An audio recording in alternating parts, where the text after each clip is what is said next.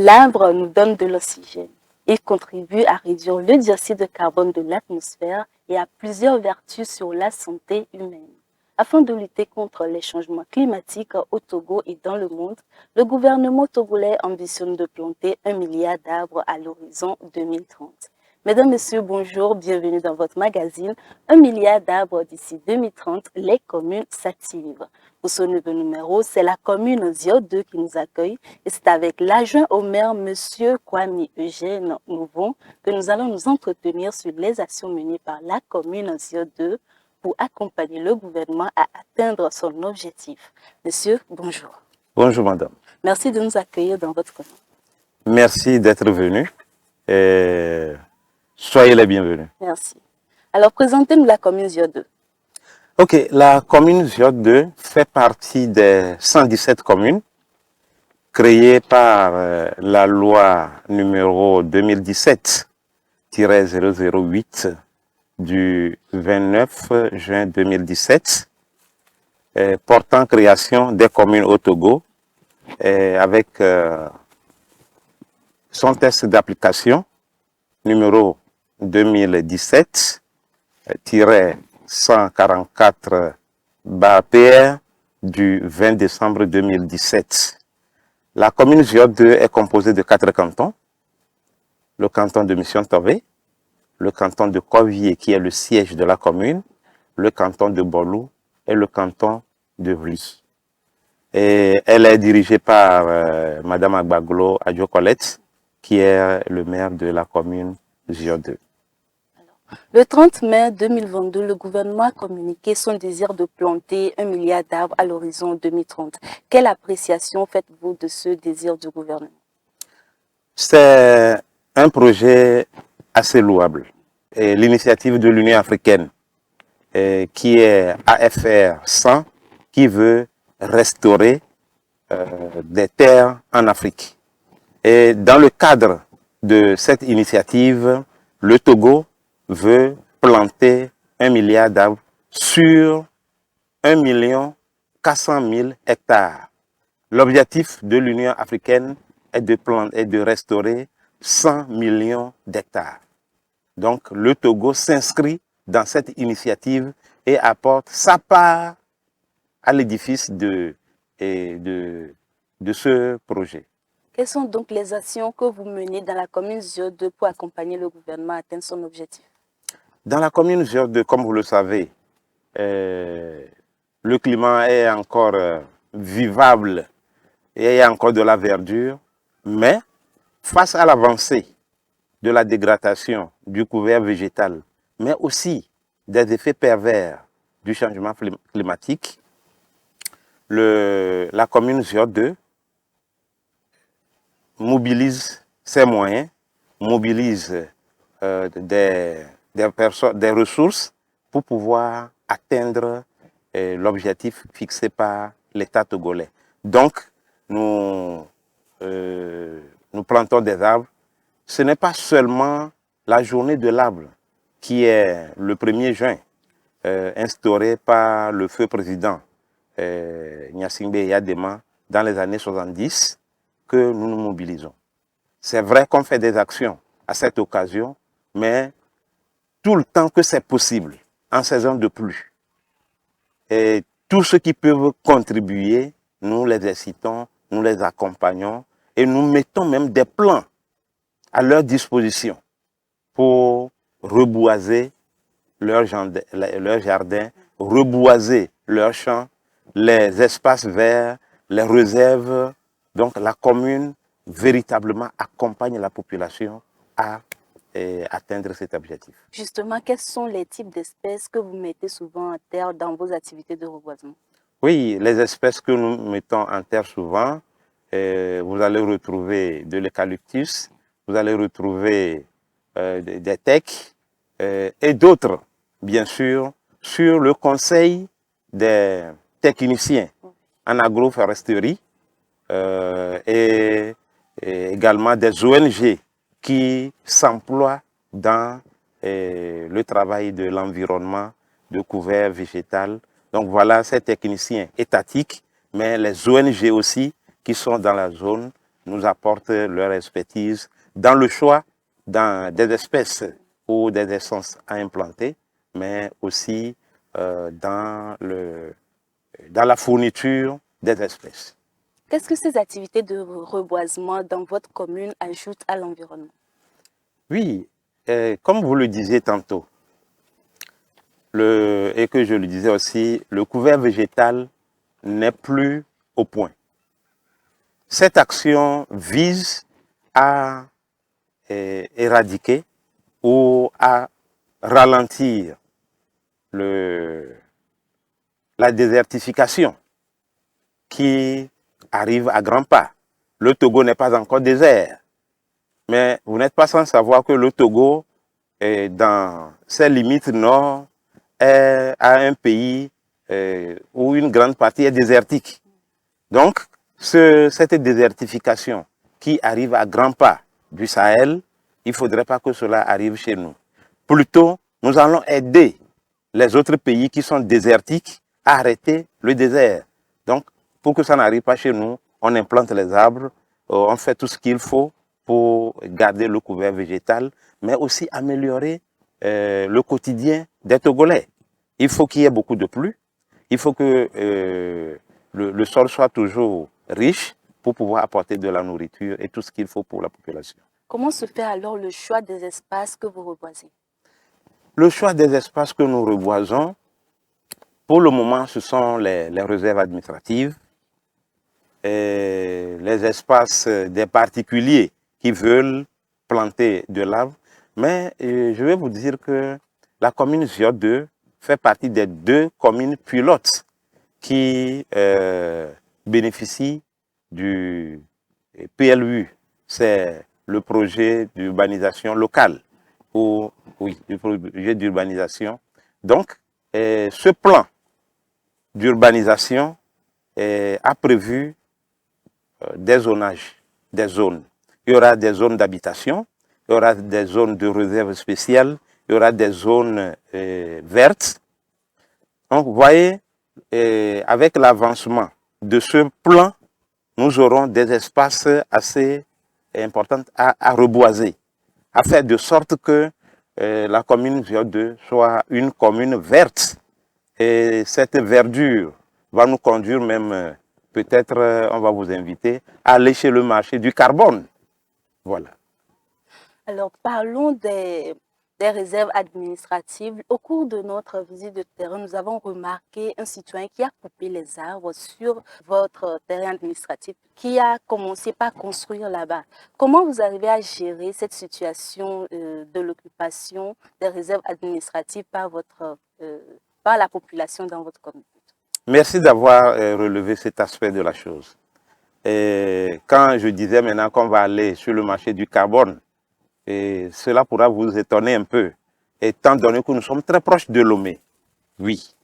Vous savez, la commune Ziot 2 fait partie des communes où la population vient abondamment parce que pratiquement il n'y a plus de terrain constructible à Lomé. Donc tout le monde veut avoir un chai et les gens achètent abondamment des lots de terrain ici. Cet état de choses a fait que les collectivités, les propriétaires, ceux qui ont acheté des hectares il y a de cela 10 ans, 20 ans, 30 ans, ont morcelé leur domaine et qui sont en train de vendre. Et le gain entre griffes facile fait que les réserves qu'ils ont prévues, ils sont en train de morceler ces réserves-là qu'ils vendent. J'en appelle à toutes les bonnes volontés de nous aider à sensibiliser la population pour cesser cet état de choses. Donc, les réserves sont morcelées, vendues, et nous sommes en train de traiter ce problème avec ceux qui veulent bien comprendre. Vous imaginez que des gens qui morcellent les réserves, qui vendent, ou des gens qui achètent des lots dans les réserves, se donnent le plaisir de nous accuser, même voire de nous assigner devant les tribunaux pour dire qu'ils sont dans leur droit, ils ont acheté un terrain, ils ont vendu leur terrain. Donc c'est un phénomène que nous sommes en train de gérer et heureusement, la majorité des gens comprennent. Ils comprennent qu'ils ont leur maison, ils vont vivre ici. Leurs enfants ont besoin d'aller à l'école. Il faut construire des écoles sur des réserves. Leurs femmes ont besoin d'aller au marché, ne serait-ce que pour faire des achats ou pour aller vendre. Donc ça fait leur activité. Ils ont besoin d'avoir un stade. Ils ont besoin d'avoir des infrastructures. Or, l'État n'achète pas de terrain pour mettre ces infrastructures. Ce sont sur les réserves qu'on les met. Donc voilà les difficultés qui font que par endroits, les gens coupent même les arbres que nous avons plantés ou les déterrent. Mais nous sommes en train de faire de la pédagogie avec la population pour que la population comprenne et que cet état de choses cesse. Donc voilà un peu la situation. Ce n'est pas tout le monde qui ne comprend pas, mais ceux qui ne comprennent pas, je pense qu'avec cette émission, ils vont savoir qu'ils sont en train de se faire du tort. Mais nous ne les laisserons pas non plus détruire l'avenir de nos enfants. Alors, mis à part ces difficultés, quelles sont les autres difficultés que vous rencontrez dans vos activités de reboisement? Oui, la mobilisation de la population, elle est bonne, mais ce n'est pas tout le monde qui comprend. Des gens pensent que c'est au gouvernement de faire ci, c'est au gouvernement de faire ça, ainsi de suite. Donc, de temps en temps, il y a quelques réticences. Certaines collectivités ne veulent pas laisser les réserves pour qu'on plante enfin, qu'on mette en terre les plantes. D'autres difficultés, c'est aussi des difficultés financières, hein, parce qu'il faut avoir les petits plants, il faut les arroser, il faut ci, il faut ça, il faut aller surveiller de temps en temps.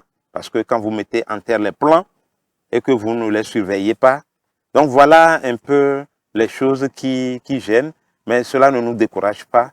Nous sommes résolument engagés pour faire de la commune Ziode une commune verte qui va être, enfin, pas la verdure de Lomé, mais une commune qui est à côté de Lomé, mais quand même qu'on retrouve de la verdure et qu'on ait de l'air pur à respirer. Donc voilà. Est-ce que la population vous suit dans vos activités de reboisement quand vous leur faites appel? Est-ce qu'ils sautent favorablement? Est-ce qu'ils vous suivent? Est-ce qu'ils vous accompagnent? Je le disais tantôt, la majorité, oui. Mais ce n'est pas tout le monde. Il y a quelques-uns qui traînent encore les pas. Mais je pense que ça va arriver et nous appuyons beaucoup sur la chefferie. Les chefs, les leaders communautaires, les religieux, pour sensibiliser, pour dire le bien fondé d'avoir un arbre. Ne serait-ce qu'un arbre fruitier. Vous n'irez plus acheter votre orange, votre mangue, ainsi de suite, ainsi de suite. Et vous aurez quelque chose de naturel, de bio chez vous. Et en plus de ça, vous allez avoir de l'ombre. Vous allez avoir de l'ombre. Et donc, la population, on est en train de sensibiliser. La majorité nous suit. Les quelques-uns qui ne nous suivent pas, avec le temps, ils vont arriver, ils vont nous accompagner et ensemble, on va aller. Quelles sont les actions à venir dans la commune Ziode 2 afin que les objectifs du gouvernement soient atteints? Les actions à venir, notamment, nous allons continuer à sensibiliser la population. Nous allons continuer à mettre à la disposition de la population les plans à mettre en terre. Je l'ai dit tantôt, ce n'est pas seulement au 1er juin, mais tant que c'est possible, c'est-à-dire en saison de pluie. Tous ceux qui veulent continuer à mettre des plans en terre, on va le leur fournir. Et les techniciens, les ONG qui nous accompagnent sont prêts aussi à les assister. Quel plan pour quel sol? Comment? Quelle distance entre deux plans? Et ainsi de suite. Donc voilà les actions que nous allons continuer dans les semaines, mois et années à venir. Et nous faisons appel aux organisations, aux bonnes volontés qui sont spécialisées dans l'environnement pour nous accompagner à atteindre l'objectif que le gouvernement s'est fixé de mettre en terre 1 milliard de plans sur 1,4 million d'hectares d'ici 2030. Nous sommes pratiquement à la fin de notre entretien, mais nous n'allons pas nous quitter sans nous prêter à ce rituel de reboisement. Après vous, monsieur le maire.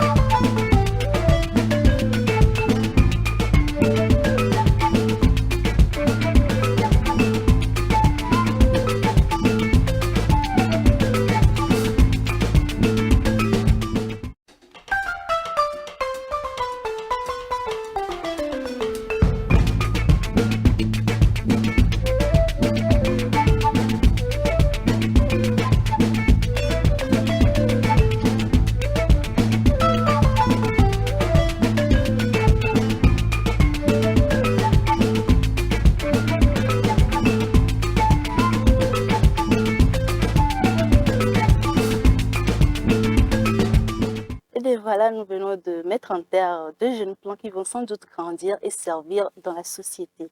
Monsieur le maire, à l'endroit de la population, un mot de fin? Oui, d'abord, je voudrais vous remercier.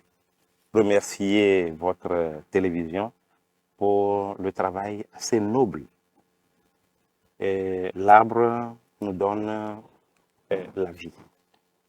L'arbre nous donne à manger, nous donne l'ombre et nous apporte de l'oxygène. Donc, à la population, je voudrais exhorter tout le monde à faire ce geste de planter au moins un arbre tous les mois. De planter au moins un arbre tous les mois. Faire de sorte que l'arbre grandisse, qu'on l'entretienne. C'est comme un enfant qu'on met au monde. On l'entretient et on bénéficiera des fruits de cet arbre. Tout au moins de l'ombre et de l'oxygène qu'on ne voit pas, mais on en a besoin pour vivre. Donc, une fois encore, merci et aux autorités du pays de continuer à élaborer de bons projets, de bons programmes, comme ce projet de mise en terre d'1 milliard d'arbres d'ici 2030 et faire de sorte que les communes soient accompagnées dans cette œuvre aussi salutaire que d'autres. Je vous remercie. Plantons au moins un arbre dans le mois, surtout l'entretenir, c'est très important. Et c'est sur ces précieux conseils de l'adjoint au maire de la commune Zio 2 que nous nous quittons, très chers téléspectateurs. Merci de votre attention. À très bientôt.